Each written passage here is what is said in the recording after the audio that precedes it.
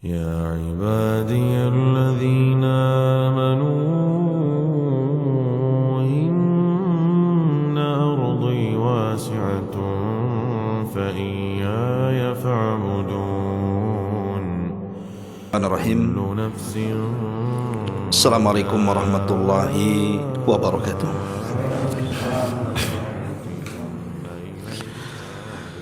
Alhamdulillah wassalatu wassalamu ala Rasulillah wa ala alihi wa sahbihi wa mawalah wa la hawla wa la quwata illa billahi wa ba'du. Terlanjutkan kajian kita masih membahas tafsir singkat dari surah Abasa, dan kita masuk pada ayat ke-23 dan seterusnya. A'udzubillahi minasyaitonirrajim. Bismillahirrahmanirrahim. Kalla lamma yaqdi ma amara. Sekali-kali jangan seperti itu. Dia manusia itu belum melaksanakan apa yang Allah perintahkan kepadanya. Ayat ini tentu sambungan daripada ayat sebelumnya. Karena ketika Allah Subhanahu wa taala menyinggung tentang alangkah kufurnya manusia, kutilal insanu ma akfarah. Celakalah manusia, alangkah kufurnya mereka. Allah Subhanahu wa taala hendak menjelaskan kepada kita dari ayat ini apa yang dimaksud kufur di sini. Ayat ini khitab kepada orang-orang kafir Quraisy. Jadi orang-orang kafir Quraisy itu mereka mengingkari tidak adanya hari kebangkitan. Tentu ada alasannya kenapa orang-orang kafir Quraisy itu tidak beriman dengan hari kebangkitan. Pertama, karena hari kebangkitan itu sama dengan memutuskan kebiasaan mereka, di mana kebiasaan mereka itu suka melakukan hal-hal kesenangan dunia. Jadi kalau sampai kemudian mereka dibangkitkan kembali oleh Allah Subhanahu wa taala, mereka tidak akan merasakan itu lagi. Karena kebiasaan orang kafir Quraisy itu kan mabok, zina dan yang semacamnya. Kalau setelah kematian ada kebangkitan, maka mereka tidak akan mendapatkan apa yang mereka dapatkan di dunia. Dan mereka akan dihisab. Dan itu yang mereka tidak mau. Belum lagi mereka akan disingkapkan seluruh perbuatan jahat mereka di hadapan Allah Subhanahu wa taala. Makanya perkara-perkara inilah yang menjadikan kenapa orang-orang kafir itu mengingkari tidak ada kebangkitan, karena mereka tidak mau dihisab. Makanya Allah mengatakan kutilal insanu ma akfara. Celaka manusia, alangkah kufurnya mereka. Kemudian Allah Subhanahu wa taala ingin mengajak bicara orang-orang Quraisy itu tentang dalil adanya kebangkitan dengan peristiwa-peristiwa dunia, di mana Allah mengatakan min ayyi syai'in khalaqah, dari apakah Allah menciptakannya, min nutfatin khalaqahu faqaddara, dari setetes mani dia menciptakannya lalu menentukannya. Thumma as-sabila yassarah, kemudian jalannya dia mudahkan. Thumma amatahu faakbarah, kemudian dia mematikannya lalu menguburkannya. Thumma idza syaa ansyarah, kemudian jika dia berkehendak dia akan membangkitkan kembali. Di sini Allah katakan kalla lamma yaqdi ma amara. Sekali-kali jangan seperti itu. Jangan terlalu kufur, maksudnya jangan mengingkari hari adanya kebangkitan. Jangan begitu, dia manusia belum melaksanakan apa yang Allah Subhanahu wa taala perintahkan. Ulama tafsir mengatakan kalimat kalla lamma yaqdi ma amara ay kalla rad'un lil insan. Kalimat kalla ini adalah sebagai kecaman bagi manusia yang kufur.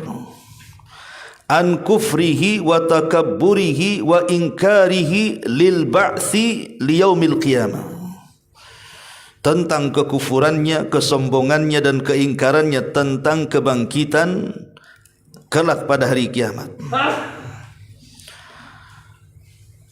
Ma'asyiral muslimin yang dimuliakan Allah Subhanahu wa taala, Allah Subhanahu wa taala menyinggung kalla yaqdi ma amara, maksudnya ay lam yuaddi hadzal insan ma furida alaihi minal faraid, bahwa manusia ini mereka mengira sudah melaksanakan apa yang Allah kehendaki dalam kehidupan dunia, padahal hakikatnya mereka belum melaksanakan apapun.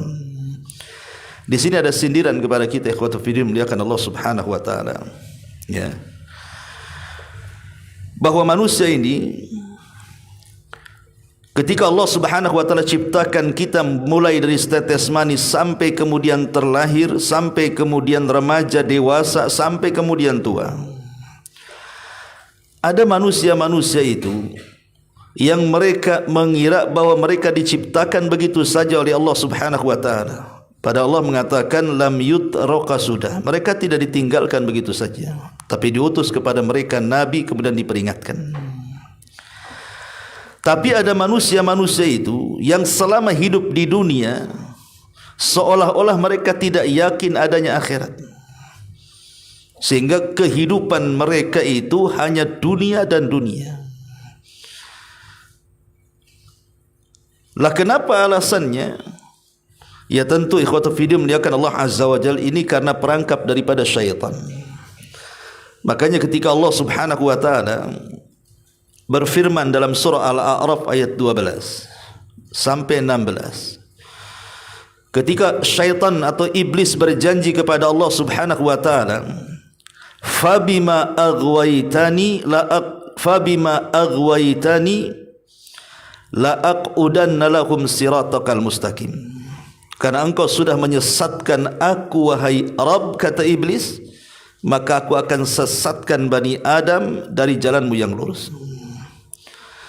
Thumma la'atiyannahum min baini aydihim wa min khalfihim wa an aymanihim wa an syama'ilihim wa la tajidu aktsarahum syakirin. Kemudian aku akan datangi mereka dari arah depan, belakang, samping kanan dan samping kiri, dan engkau tidak akan mendapatkan mereka ahli syukur. Abdullah bin Abbas radhiyallahu anhuma dan juga para ulama salaf seperti Sufyan Ats-Tsauri ketika memberikan catatan kepada ayat ini, maksudnya setan menggoda dari depan itu, maksudnya setan berusaha supaya manusia itu dilupakan dari akhirat. Adapun maksudnya setan menggoda dari belakang mereka itu, maksudnya supaya manusia dicintakan dengan dunia. Adapun setan menggoda dari arah kanan, maksudnya setan akan membuat syubhat dalam agamanya. Adapun setan menggoda dari arah kirinya, maksudnya setan akan menanamkan syahwat kepada manusia. Ini dari 4 arah angin setan itu menggoda kita. Syahidnya di sini adalah yang berkaitan dengan bab ini. Setan ini berusaha melupakan manusia dengan akhirat dan mencintakan dengan dunia. Dengan cara apa? Dengan cara 3. Pertama, setan berusaha melemahkan ibadah kita. Setan itu berusaha melemahkan ibadah kita. Malas solat, malas ngaji, malas baca Quran, malas zikir, pokoknya dimalaskan dengan ibadah. Sebab konsekuensinya kalau orang sudah malas ibadah pasti dijauhkan dari Allah. Kalau sudah dijauhkan dari Allah, konsekuensinya yang lebih berat adalah pasti dilupakan dengan hari akhir. Inilah tujuan setan, supaya dia lupa dengan hari akhir. Yang kedua, setan itu berusaha untuk supaya manusia itu meremehkan akan kemaksiatan dan keharaman. Jadi ketika mereka bermaksiat itu seolah-olah tidak sedang bermaksiat. Bagi mereka itu zina biasa, bukan dosa. Bagi mereka khamar itu biasa, tidak dosa. Bagi mereka itu judi sudah biasa, tidak dosa. Membunuh itu biasa, tidak dosa. Bahkan meninggalkan kewajiban seperti solat, puasa itu seolah-olah enggak ada beban bagi hidupnya. Ini kalau seorang manusia sudah meremehkan kemaksiatan, maka secara tidak langsung dijauhkan dari ketaatan. Balik lagi, kalau orang jauh dari ketaatan berarti dijauhkan dari Allah. Kalau dijauhkan dari Allah secara otomatis pasti akan dilupakan dengan akhirat. Ini yang kedua. Kemudian yang ketiga, syaitan itu berusaha menanamkan tulul amal, panjang angan-angan tu ditanamkan kepada manusia itu supaya panjang angan-angannya, supaya panjang angan-angan soal dunia. Dengan cara apa? Dicintakan dengan dunia. Itulah kalimat wa min khalfihim, digoda dari arah belakang mereka, ditanamkan hubud dunia. Dari sini Allah Subhanahu wa taala katakan jama'a malan wa addadah yahsabu anna malahu akhlada. Sebab manusia itu kalau sudah mengumpulkan dunia pasti menghitung-hitungnya. Kalau sudah menghitung-hitungnya maka dia kira dia akan mengekalkannya. Itulah yang disabdakan Nabi SAW, "Lau kana libni Adam wadiyani min zahabin labtagha thalithan. Wala yamla'u fahu bni Adam illa turab." Kalau seandainya anak Adam itu diberikan 2 lembah semua emas, pasti cari yang ketiga lembahnya. Sudah dapat 3 lembah, cari yang keempat lembahnya. Begitulah tabiat manusia kalau sudah digoda setan. Dia tidak akan puas dengan dunia, kawan. Kalau orang sudah tidak puas dengan dunia, maka angan-angan kepada dunianya itu melambung. Lah disitulah akhirnya dia hanya ingat dunia, tidak pernah ingat akhirat. Sehingga konsekuensinya ada sebagian manusia itu yang berat meninggalkan dunia, karena dia sangka bahwa kebahagiaan itu hanya terbatas di dunia. Dia tidak tahu hakikat dunia, bahwa dunia itu adalah sesuatu yang fana. Dunia itu cuma 2, bisa dia meninggalkan kita atau kita yang meninggalkan dunia. Contoh umpamanya dunia meninggalkan kita. Tuh kasus kebakaran di mana, Los Angeles, California itu. Itu rumah mewah-mewah tuh. Bukan sedikit, bukan harga kayak rumah di sini. Harga kacangnya. Di sana harga mahal-mahal. Tapi rupanya dunia hendak meninggalkan pemiliknya. Kebakaran habis rata dengan tanah. Itu namanya dunia meninggalkan kita itu. Atau kita yang meninggal dunia. Rumahnya masih ada, kemudian kendaraannya juga masih jogrok di situ, tapi orangnya sudah tidak ada, kan? Lah dari sinilah ikhwatu fillah muliakan Allah Azza wa Jalla, di sini ada isyarat singgungan ke situ, bahwa jangan sampai kita ini ketika hidup sampai kematian belum melaksanakan apa yang Allah wajibkan kepada kita. Kalla lamma yaqdi ma amara. Sekali-kali jangan begitulah. Dia manusia itu belum melaksanakan apa yang Allah perintahkan, tiba-tiba mati kemudian dikuburkan. Thumma amatahu fa akbara. Itu nasihatnya, isyarat daripada ayat ini. Kemudian Allah Subhanahu wa taala berfirman di ayat selanjutnya. Allah Subhanahu wa taala mengatakan fal yanzuril insanu ila ta'ami. Hendaklah manusia itu memperhatikan apa yang dimakannya itu. Anna sababnal ma'a sabba. Kamilah yang telah mencurahkan air melimpah dari langit. Thumma syaqaqnal arda syaqqa. Kemudian kami belah bumi dengan sebaik-baiknya. Fa ambatna fiha habba. Lalu di sana kami tumbuhkan biji-bijian. Wa inaba wa ghadba, muncul anggur dan sayur-sayuran. Wa zaituna wa nakhla, muncul zaitun dan pohon kurma. Wa hadaiqa ghulba, kemudian kebun-kebun yang rindang. Wa faqihata wa abba, buah-buahan serta rerumputan. Allah akhiri mata'al lakum wa li'an'amikum. Semua itu untuk kesenanganmu dan untuk hewan-hewan ternakmu. 2 permisalan ini ikhwatu fiddin, yang pertama dan yang kedua, Pertama, Allah Subhanahu wa taala mempermisalkan dengan kejadian manusia dalam janin. Itu kuasa Allah yang tidak bisa kita lihat. Proses dalam janin siapa yang lihat? Enggak ada yang lihat kan. Bagaimana 40 hari segumpal sperma, kemudian ganti segumpal daging, akhirnya ganti segumpal dari darah ke daging sampai jadi manusia, kemudian brojol. Siapa yang menyaksikan? Tidak ada yang menyaksikan. Tapi permisalan yang kedua ini, Allah Subhanahu wa taala ingin mempermisalkan sesuatu yang tampak oleh mata. Bagaimana Allah Subhanahu wa taala sanggup membangkitkan manusia setelah kematiannya dengan permisalan ini. Falyanzuril insan ila ta'ami. Maka hendaklah manusia itu memperhatikan makanan yang kita makan. Nasi yang antum makan itu asalnya dari mana coba? Itu asalnya dari biji. Kemudian antum taruh di tanah. Kemudian datang hujan. Hujan pun Allah Subhanahu wa taala memberikan kepada tanah-tanah kita itu sesuai dengan kadar tanaman yang kita tanam. Sebab kalau seandainya hujan yang turun itu deras-derasnya menimbulkan banjir, habislah itu, enggak mungkin lagi biji itu tumbuh. Ke bawah banjir kan begitu. Dan ini kuasa Allah Subhanahu wa taala, ya. Jadi diturunkan hujan itu sesuai dengan kadarnya saja. Kemudian sisa airnya Allah simpan dalam tanah. Kemudian dari situ baru tumbuh. Siapa yang menumbuhkannya?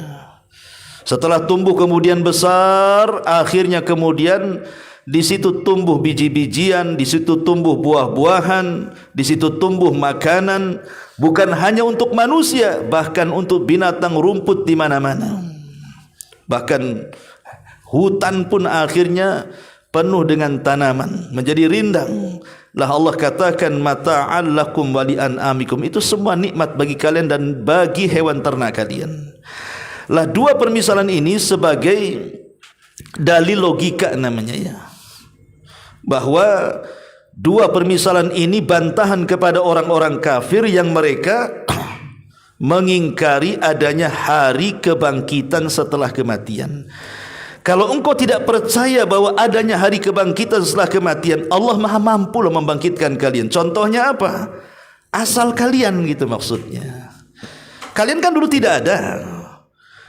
Sebagaimana Allah mengatakan, kaifa takfuruna billahi wa kuntum amwatan fa ahyakum thumma yumitukum thumma yuhyikum thumma ilaihi turja'un. Bagaimana kalian bisa kufur kepada Allah? Dulu kalian tidak ada. Baru diciptakan dari setetes mani. Dari setetes mani baru segumpal darah. Dari segumpal darah baru segumpal daging. Kemudian berbentuk, kemudian ditiupkan roh, kemudian keluar. Kalau Allah mampu menciptakan kamu dari ketidakadaan menjadi ada, maka Allah lebih ringan menciptakan yang sudah ada dikembalikan ada. Kan sudah jadi antum itu. Kemudian mati dibangkitkan, lebih mudahlah bagi Allah. Lebih sulit mengadakan yang belum ada. Kalau yang sudah ada diadakan lebih mudah, seolah-olah Allah ingin katakan seperti itu. Kemudian dicontohkan permisalan yang kedua. Coba lihat tumbuh-tumbuhan itu. Siapa yang menghidupkan tumbuh-tumbuhan itu? Biji diletakkan, tiba-tiba kemudian turun hujan, tanah belah, kemudian jadi tumbuh-tumbuhan sampai besar, berbuah, berbiji dan macam-macam.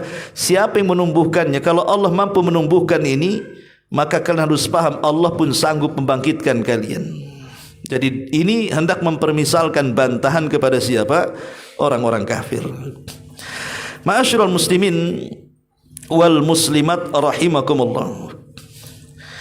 Sedikit faedah untuk memperkuat dalil tentang bahwa Allah Subhanahu wa taala sanggup menghidupkan manusia dari kematian. Ada beberapa kisah dalam Quran itu. Pertama, Allah Subhanahu wa taala kisahkan dalam Al-Baqarah ayat 243. Allah mengatakan, alam tara ilal ladzina kharaju min diyarihim wa hum ulufun hadaral maut faqala lahumullahu mutu thumma ahyahum innallaha ladzu fadlin 'alan nas walakinna aktsaran nasi la yashkurun. Tidakkah kau melihat orang-orang yang keluar dari desa-desa mereka dan jumlah mereka ribuan, karena menghindari kematian. Kemudian dikatakan kepada mereka yang menghindar dari kematian itu, matilah kalian. Kemudian setelah mati Allah bangkitkan kembali mereka. Kemudian Allah Subhanahu wa taala katakan, sesungguhnya Allah zat yang memiliki karunia atas manusia, tetapi manusia tidak bersyukur. Al-Baqarah ayat 243 ikhwatu fiddin, ini bercerita tentang seorang nabi. Nabi ini namanya Hazkial. Nabi Hazkial ini diutus sebelum Nabi Ilyas. Sebelum Nabi Ilyas atau Ilyasa. Jadi Nabi Hazkial ini, Hazkial ibnu Ajuz sebenarnya. Ibnu Ajuz itu artinya nenek-nenek. Karena ibundanya lama tidak punya anak sampai tua. Tiba-tiba melahirkan, itulah Hazkial. Jadi di tengah-tengah Bani Israel itu ada sebuah perkampungan terkena wabah taun. Jadi wabah taun menimpa mereka, ribuan orang mati. Sama dengan kasus corona lah, ribuan orang mati gitu ya. Akhirnya yang selamat ini, mereka ingin menghindar dari wabah taun. Mereka pun kemudian berjalan bergerak menuju lembah. Tapi sampai di lembah, rupanya malakul maut sudah menunggu mereka. Itu ada kaedah yang disebutkan para ulama, al-hadaru la yamna'ul qadara namanya. Menghindar dari kematian tidak mencegah takdir kematian. Tidak mati dengan corona, mati ketabrak mobil corona. Sama-sama coronanya kan. Ya. Jadi orang menghindar dari kematian bukan berarti tidak akan mati. Ada takdir kematian yang lainnya. Akhirnya kemudian mereka pun terjangkit penyakit yang berbeda, bukan taun. Karena malaikat maut sudah menunggu mereka. Akhirnya mereka membuat pagar supaya kematian mereka tidak dimakan binatang buas.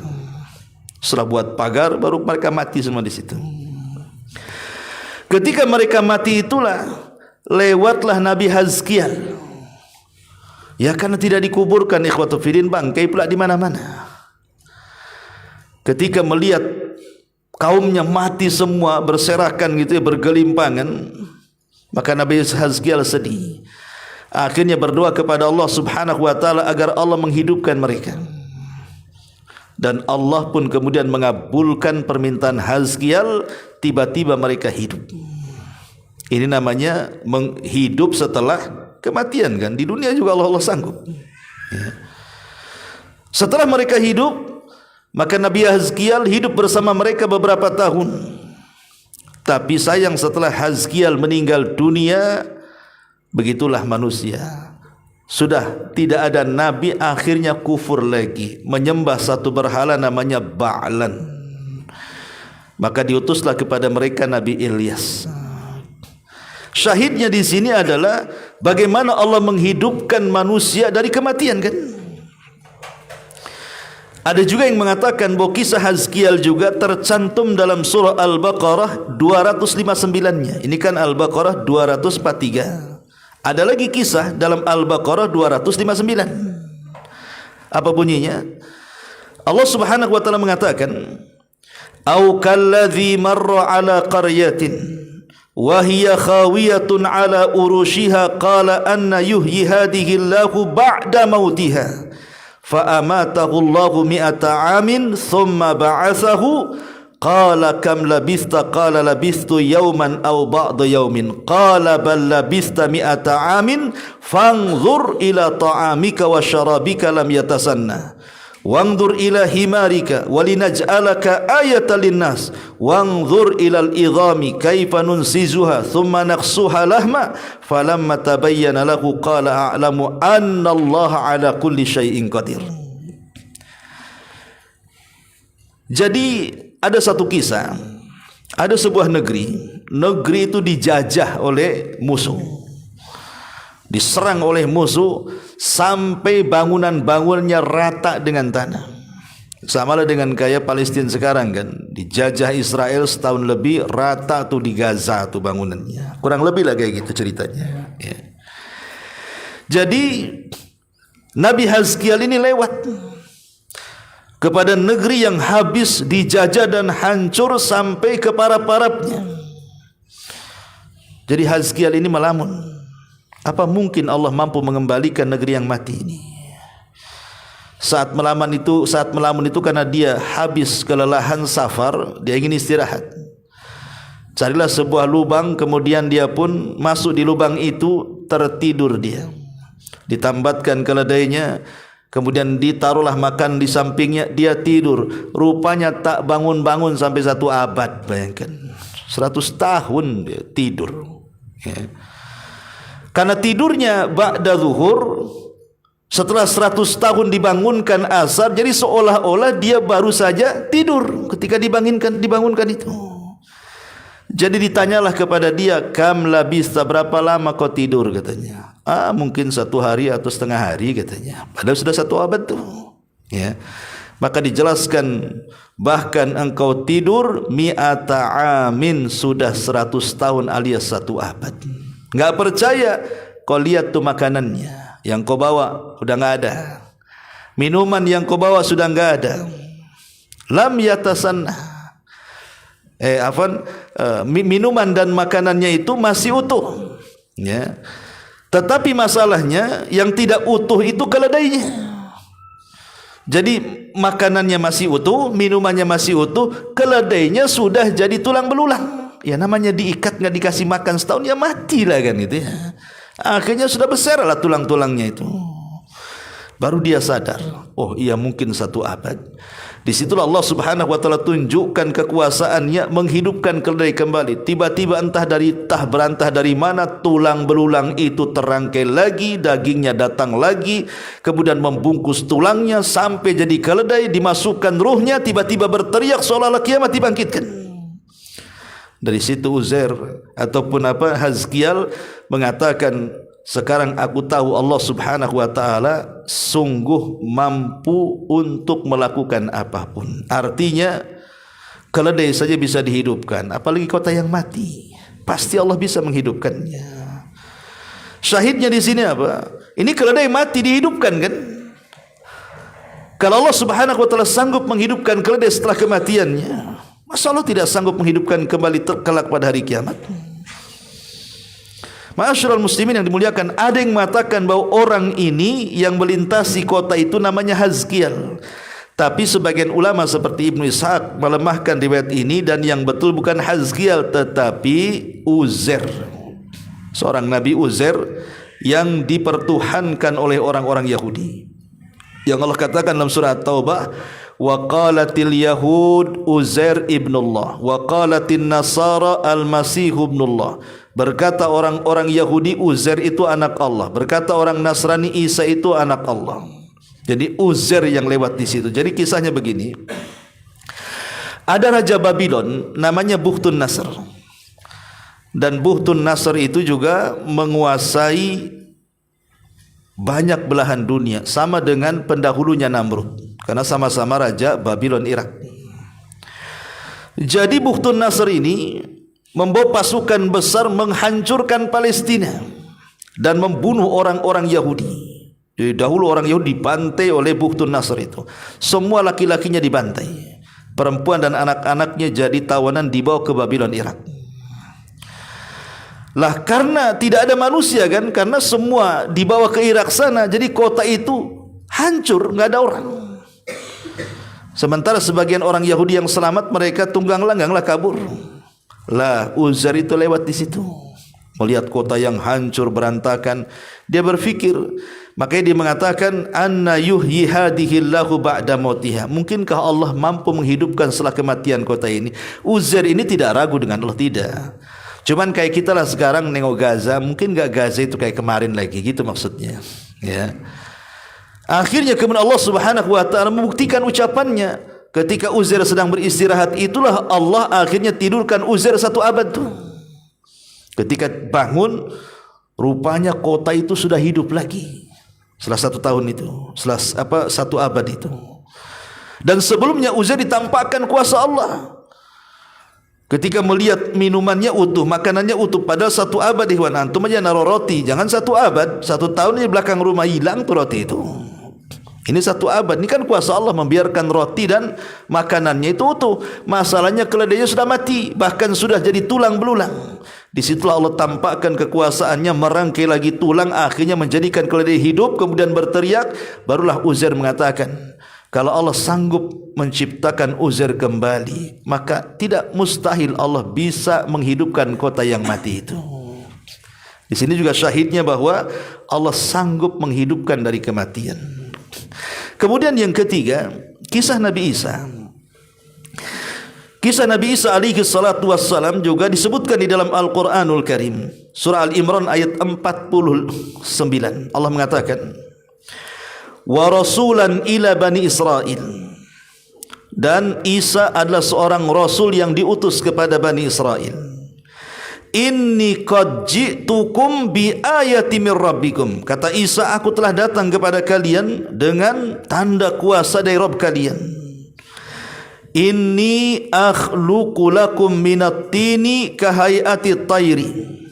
Aku sanggup menciptakan untuk kalian sebuah burung yang terbuat dari tanah. Jadi Isa itu ngambil tanah lempung, dikual-kual, kemudian dibentuk burung. Ya. Kemudian fa'anfuhu fihi, ditiup oleh Isa. Apa yang terjadi? Fayakunu tayran biidillah. Tiba-tiba tuh burung yang terbuat dari tanah berubah menjadi burung asli dan hidup. Dan itu mukjizatnya Nabi Isa. Ya tentunya apa? Karena izin dari Allah Subhanahu wa taala. Isa bisa melakukan seperti itu karena izin Allah. Allah yang membuat burung itu hidup dari tanah liat. Dan ini menunjukkan Allah itu ala kulli syai'in qadir, bisa menghidupkan benda mati. Dan salah satu mukjizat Nabi Isa juga adalah bukan hanya mampu melakukan itu, bahkan menghidupkan manusia yang sudah mati. Isa juga bisa. Abdullah bin Abbas radhiyallahu anhuma menceritakan bahwa Isa itu pernah menghidupkan 4 jiwa. Pertama, ada orang namanya Azir. Azir itu temannya Isa bin Maryam. Jadi karena teman dekatnya Isa bin Maryam, satu hari karena Azir itu tempatnya jauh dan dia sedang sakit parah dan mendekati kematiannya. Jadi saudari daripada Azir ini mengutus suaminya untuk memberitahu kepada Isa bahwa temannya namanya Azir sedang sakaratul maut. Tolong datang, takziah bahasa kitanya. Akhirnya Isa pun kemudian berkunjunglah, ingin berjumpa dengan kawannya. Cuman perjalanannya jauh dari tempat dia ke tempat Azir kawannya itu 3 hari. Ketika sampai di kampung si Azir itu, rupanya Azir itu sudah mati dari 3 hari yang lalu. Semenjak Isa berjalan dari kampungnya, Azir sudah meninggal. Ketika 3 hari sampai, ya sudah dikuburkanlah. Maka Isa pun mengatakan kepada saudarinya, tunjukkan kuburannya. Datanglah Isa kepada kuburan si Azir ini. Ketika sampai di kuburannya, maka Isa pun berdoa dengan menggunakan Ismul Azam, nama-nama Allah yang agung. Maka di sini keajaiban tumbuh, tiba-tiba kuburan itu belah. Keluar si Azir dalam kuburan hidup-hidup tuh. Itu disaksikan Bani Israel tuh. Ya. Kemudian setelah itu ada kisah yang kedua, Nabi Isa ini sedang berjalan. Tiba-tiba kemudian dia melihat ada seorang wanita sedang menangisi anak yang sudah meninggal, dan anaknya itu penopang hidupnya. Kisah Ibnu Ajuz namanya. Anak nenek tua. Jadi nenek ini menangis karena meninggal anaknya, sementara anak itu yang menopang hidupnya. Isa lewat di situ. Maka melihat kasihan dengan nenek itu, akhirnya Isa pun menghampiri anaknya yang sudah meninggal, berdoa kepada Allah, diusap, hidup lagi dia. Dan dua-duanya hidup lama, baik Azir hidup lama sampai punya anak, atau anak wanita ini juga hidup lama sampai punya anak juga. Ya. Kemudian setelah beberapa masa, rupanya Azir ini yang dihidupkan pertama tadi punya anak, meninggal juga anak itu. Maka dia minta bantuan kepada Isa bin Maryam agar anaknya dihidupkan, dan Isa pun berdoa kepada Allah, hidup pula anak itu. Ini kan mukjizat besar dari mukjizat Nabi Isa, disaksikan Bani Israel. Tapi Bani Israel ini dasar degil ikhwan, ya. Mereka kan orang yang keras hati, itu mukjizat katanya, konspirasi katanya. Jangan-jangan Isa itu sudah kerjasama dengan si Azir dan anaknya, pura-pura mati kemudian dihidupkan jadi hidup katanya. Jadi justru diingkari mukjizat para nabi itu. Akhirnya mereka meminta kepada Isa, cari orang yang tidak hidup di zamannya, hidupkan dia. Permintaan yang ngeri ya. Kalau mereka kan hidup di zamannya kan, cari kuburan yang kuburan itu bukan hidup di zamannya. Ada yang mengatakan kisahnya begini. Jadi Isa ini sedang berceramah di hadapan Hawariyun, murid-murid pilihannya. Nyeletuklah salah satu Hawariyun ini kepada Isa, wahai Isa, engkau dari tadi cerita bahtera kapalnya Nuh katanya. Jarak engkau dengan Nuh itu berapa abad? Tak ketemu katanya. Kami tidak percaya sampai yang menceritakan orang yang di perahu itu katanya. Jarak Isa ke Nuh ini terbentang kemana-mana ya. Tiba-tiba dia mengatakan, aku gak percaya dengan cerita bahtera yang kau ceritakan. Aku akan percaya kalau yang menceritakan itu yang numpang di perahu itu katanya. Akhirnya kemudian kata Isa, baik kalau gitu kita cari kuburannya. Yang numpang di perahu itu kan anak-anaknya Nuh. Di situ ada Syam, di situ ada Ham, di situ ada Yafis. Ya, dicarilah kuburan Syam. Setelah ketemu kuburan Syam itu, maka Nabi Isa berdoa kepada Allah Subhanahu wa taala. Setelah berdoa kepada Allah, dia memanggil Syam 3 kali, kum ya Syam, kum ya Syam, kum ya Syam. Berdiri wahai Syam, berdiri wahai Syam, berdiri wahai Syam. Tiba-tiba belah kuburannya, ikhwan. Keluar Syam ibnu Nuh. Ya. Untuk supaya meyakinkan itu Syam ibn Nuh, Isa bertanya, "Man anta? Siapa kamu?" Kata Syam, "Ana Syam putra Nuh," katanya. Kemudian Isa mengatakan, tolong ceritakan bagaimana kisah di bahteramu, di perahu, macam mana kisahnya. Akhirnya dikisahkan sama dia. Ya. Barulah kemudian Bani Israel percaya tuh dengan kisahnya tuh. Karena yang menceritakan kan pelakunya sendiri yang di atas perahu kan. Ya. Tapi kemudian Isa mengatakan, apakah kau ingin tetap hidup ataukah ingin mati lagi katanya. Maka Syam ibn Nuh mengatakan, saya ingin mati lagi, tapi saya minta syarat, minta kepada Allah saat kematiannya jangan merasakan sakaratul maut katanya. Akhirnya kata Isa, mati dia, balik lagi ke kuburannya. Subhanallah. Nah ini kisah Israiliyat yang dimuliakan Allah Subhanahu wa taala. Tapi memang salah satu mukjizat Nabi Isa adalah mampu menghidupkan orang mati karena izin dari Allah Subhanahu wa taala. Ini kan dalil juga bahwa kalau Allah juga sanggup menghidupkan orang mati di dunia, maka Allah lebih sanggup juga menghidupkan orang mati setelah kematiannya. Tapi Bani Israel ini memang aneh. Kemudian mereka akhirnya mencari-cari alasan. Isa itu memang pandai kalau dalam urusan pengobatan itu. Kami minta mukjizat yang lain katanya. Apa mukjizatnya? Tolong minta sama Allah turunkan hidangan lezat dari langit. Tuh, mungkin kurang ajar kan? Minta hidangan. Makanya di Quran itu ada namanya surah Al-Maidah. Surah Al-Maidah itu artinya hidangan dari langit. Isa menolak, tidak. Ya, tapi Isa mengancam mereka, kalau seandainya kalian tidak beriman, maka azab akan turun kepada kalian. Saya akan meminta kepada Allah. Akhirnya setelah mereka ketakutan, betul-betul hidangan itu turun dari langit, ikhwan. Makanan lezat luar biasa. Kata Isa, inilah id untuk awal dan akhir kita. Makan oleh kalian. Hawariyun yang meminta tidak berani dekat. Coba bayangkan, takut mereka. Karena itu makanan lezat. Akhirnya apa? Isa mengundang orang-orang miskin. Ya kalau orang miskin yang makan, habislah kan itu. Tapi subhanallah, setiap orang yang makan hidangan itu, kalau dia punya penyakit langsung sembuh. Orang stroke langsung jalan, asam urat hilang, asam uratnya, darah tingginya hilang, semua hilang.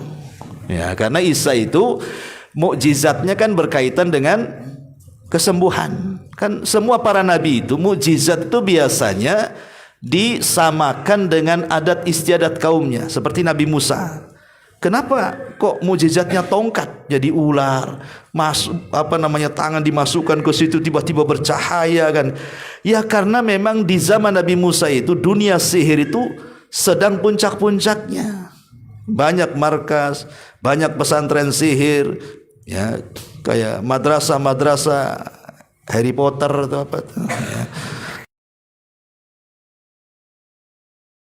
Ya, makanya mukjizatnya pun berkenaan dengan sihir kan. Lah Isa ini di zaman dia memang perobatan, orang suka ngeracik-ngeracik obat. Sehingga ditemukan penyakit-penyakit yang dulunya aneh jadi biasa.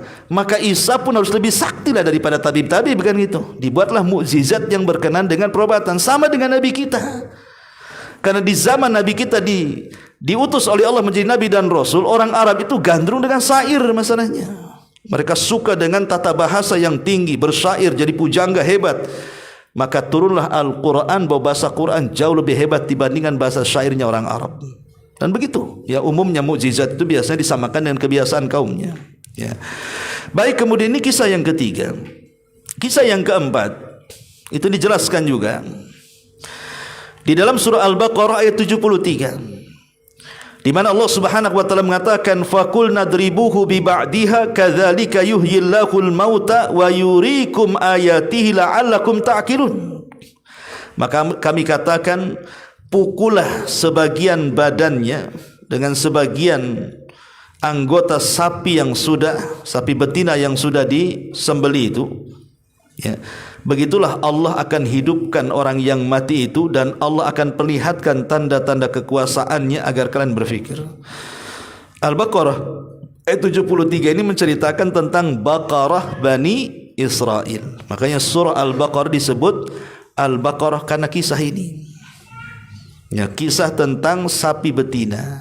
Jadi ada orang kaya, tidak punya anak. Akhirnya, tapi dia punya keponakan. Karena tidak punya anak, ambillah keponakan sebagai anak angkatnya. Setelah besar keponakan ini kurang ajar, dia ingin menguasai hartanya. Tetapi dia tidak sabar, tergesa-gesa ingin membunuh ayah angkat yang merupakan pamannya. Dengan cara apa? Dengan cara sadis. Malam-malam kemudian diajak pergi, kemudian dibunuh di jalan. Setelah dibunuh di jalan, dilempar ke kabilah sebelah, supaya bukan hanya dapat warisan pamannya, tapi dapat diat dari kabilah sebelah. Nanti kan yang dituduh membunuh kabilah sebelahnya kan. Kalau mereka tidak mau mengakui, maka mereka harus bayar diat tuh 100 ekor unta. Cerdasnya dia, dapat waris, dapat harta diat. Ya. Lah kabilah sebelah yang mendapatkan jasa tidak diterima kalau mereka yang membunuhnya. Akhirnya kemudian antara yang menuduh dan yang dituduh, dua kabilah ini hampir perang. Karena orang yang mati ini orang terpandang, orang baik di tengah-tengah kaumnya. Ketika hampir perang, sebagian orang yang berakal di antara mereka mengatakan, ngapain kita perang katanya, di hadapan kita Nabi Musa kok. Ayo kita datang ke hadapan Nabi Musa. Datang mereka ke Nabi Musa, ya Musa, ini ada kasus ini, ya tolong pecahkan siapa pembunuhnya. Maka Nabi Musa berdoa kepada Allah Subhanahu wa taala. Ketika berdoa kepada Allah, maka Nabi Musa mengumpulkan Bani Israel dan mengatakan, innallaha ya'murukum an tadhbahu baqarah. Allah sudah perintahkan kepadaku, kepada kalian, agar kalian menyembelih sapi betina. Tiba-tiba mereka mengatakan, ya Musa, kami tanya siapa pembunuh, kenapa kau jawab suruh menyembelih sapi betina katanya? Nggak nyambung ini katanya. Ya. Itulah Bani Israel. Coba kalau mereka langsung menyembelih sapi itu, selesai urusan kan, pasti akan terbongkar pembunuhnya kan. Tapi degilnya Bani Israel kayak gitu kan. Maka Musa marah akhirnya. Apakah saya akan mengolok-olok wahyu Allah kepada kalian? Laksanakan saja katanya. Mulailah mereka bertanya soal sapinya. Nah, ini mereka ta'anud, mulai menyusahkan diri tuh. Sapinya kayak apa warnanya wahai Musa katanya. Kata Musa, warnanya safra, faqi'ul launuha tasurun nadirin. Warnanya harus kuning pekat, enggak ada warna yang lain. Dan kalau orang memandangnya langsung suka katanya. Ya. Kemudian bertanya lagi, kami belum puas, macam mana dengan umurnya? Kata Nabi Musa, yang enggak terlalu tua, enggak terlalu muda lah katanya. Kemudian mereka enggak puas lagi, apakah sapi ini pernah dibajak, dibuat kerja ngangkut air atau enggak? Kata Nabi Musa, enggak, ini sapi liar katanya. Kan makin sulit nyarinya kawan. Udah warna kuning pekat lagi, kalau mandang orang langsung suka. Kan tidak semua orang suka sapi kawan. Ya, ini harus memandang langsung suka. Itulah Bani Israel. Makanya kenapa ikhwatufin dalam Islam itu sangat dicela orang yang bertanya untuk ta'annud. Pertanyaan yang tidak ada faedahnya, memberat-beratkan diri sendiri. Bertanya sesuatu yang tidak ada faedahnya. Ustaz mau tanya, ya silahkan. Mungkinkah laki-laki keluar haid? Untuk apa antum bertanya kayak gitu? Ya. Apa gunanya? Laki-laki sampai kiamat gak akan keluar haid. Walaupun dia banci sekalipun gak akan keluar haid. Itu kan pertanyaan yang konyol, ikhwan. Ya. Ustaz mau tanya, iya, mungkinkah Allah menciptakan batu, setelah batu tercipta Allah nggak sanggup mengangkatnya? Kan kurang ajar itu. Lah pertanyaan-pertanyaan yang kayak gini ini sama dengan pertanyaan Bani Israel namanya, ta'anut namanya, memberat-beratkan diri, nggak ada faedahnya tuh. Akhirnya apa kata Allah? Allah gambarkan hampir-hampir mereka tidak sanggup untuk melakukannya. Bukan tidak ada sapinya, masalahnya sapi itu yang punya anak yatim. Ketika kemudian anak yatim ini tidak punya warisan kecuali sapi itu, malaikat Jibril datang dalam bentuk manusia, kemudian menjumpai anak yatim dan mengatakan, nak, sapimu dicari satu Bani Israel dan pasti akan dibeli.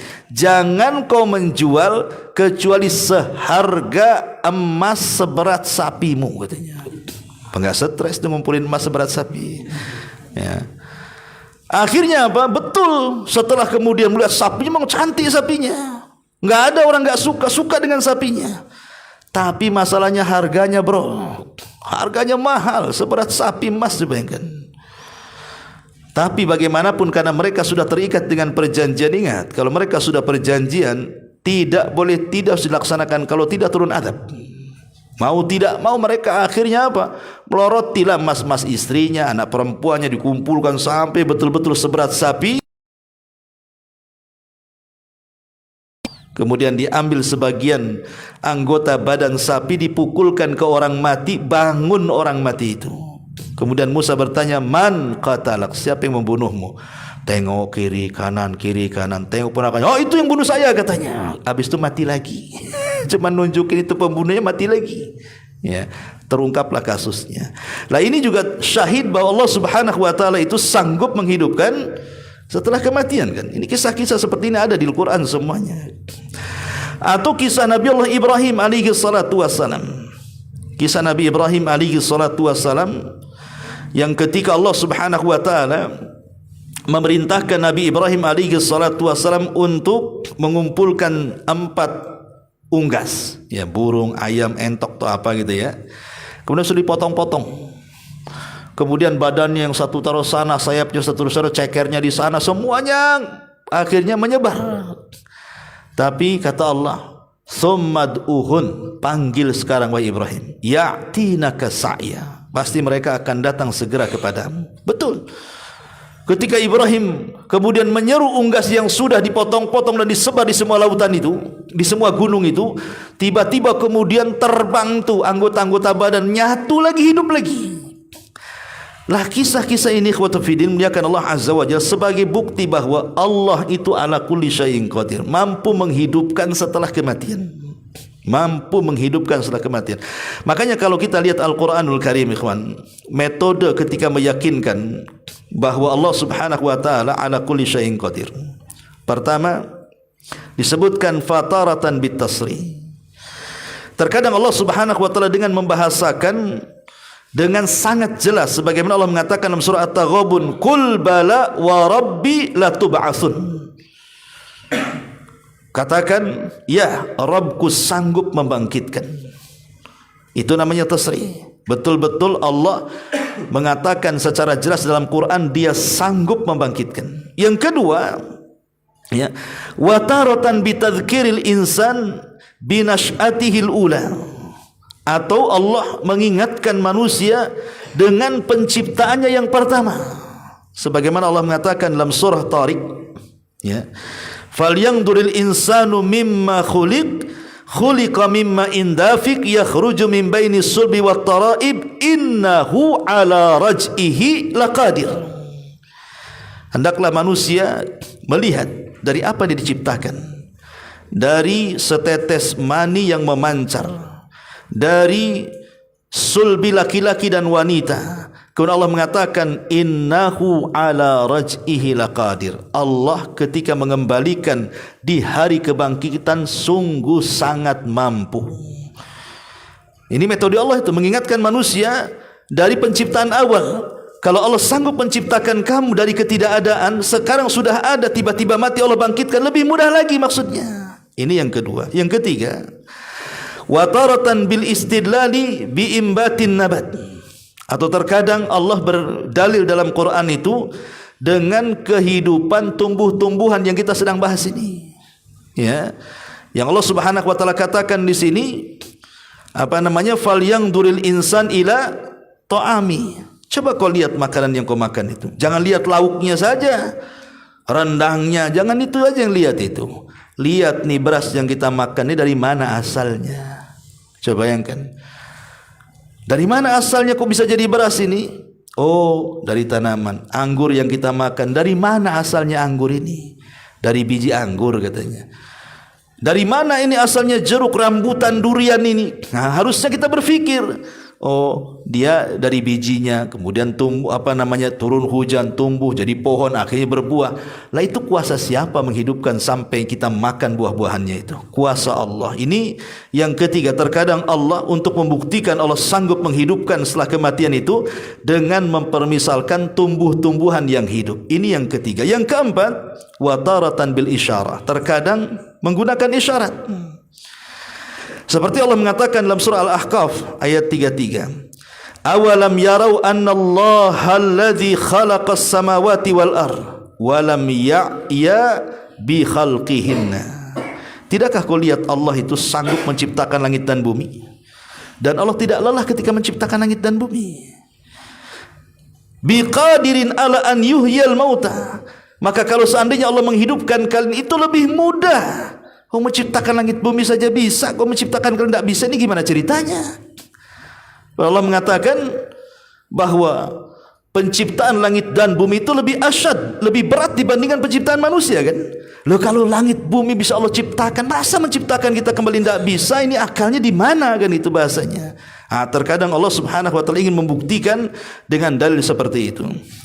Atau wataratan bitanzihillahi anil abath. Atau terkadang Allah Subhanahu wa taala mensucikan dirinya bahwa setiap penciptaan itu tidak ada yang main-main. Allah mengatakan di dalam surah Al-Mu'minun, afa hasibtum annama khalaqnakum abatha wa annakum ilaina la turja'un. Apakah kalian mengira aku menciptakan kalian main-main ya? Tidak, bahkan kalian akan dikembalikan, akan diciptakan kembali. Kalian tidak main-main diciptakan, sebagaimana kalian juga tidak main-main akan dibangkitkan, ya. Atau wataratan bidzikril qasasi, atau terkadang menyebutkan kisah-kisah yang tadi kita kisahkan tadi kan. Lah itulah metode Al-Quran, ikhwan. Metode Al-Quran untuk memastikan Allah ala kulli syai'in qadir. Dan dibantahan kepada orang-orang kafir yang mereka mengingkari hari adanya kebangkitan. Bahwa kebangkitan itu hak adanya, tidak boleh diingkari. Maka sebagai kewajiban kita kaum muslimin, di antara rukun iman adalah beriman dengan hari kiamat. Di mana beriman dengan hari kiamat terdiri daripada 5 rukun. Pertama, beriman dengan adanya kematian. Kita wajib yakin kita akan mati, dan harus yakin kita mati. Kullu nafsin dha'iqatul maut, setiap jiwa pasti mati, dan mati itu kiamat kecil yang pasti. Yang kedua, beriman dengan adanya peristiwa kubur, baik himpitannya, baik azabnya, baik nikmatnya, baik fitnahnya. Maka kita harus beriman semua akan terjadi, ya.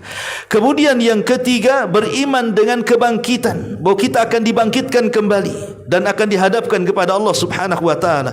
Kemudian yang keempat, beriman dengan hisab. Kita harus mempertanggungjawabkan semua yang kita perbuat di dunia di hadapan Allah.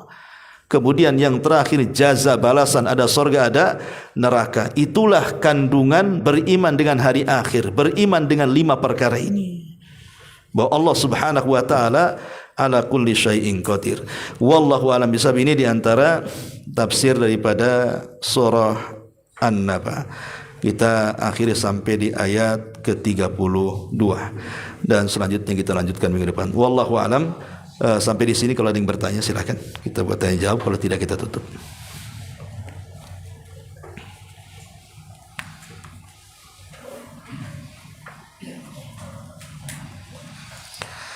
Taib, karena tidak ada, kita tutup dengan doa kafaratul majlis. Subhanakallahumma bihamdika asyhadu an la ilaha illa anta astaghfiruka wa atubu ilaik. Allahu ta'ala alam. Assalamualaikum warahmatullahi wabarakatuh.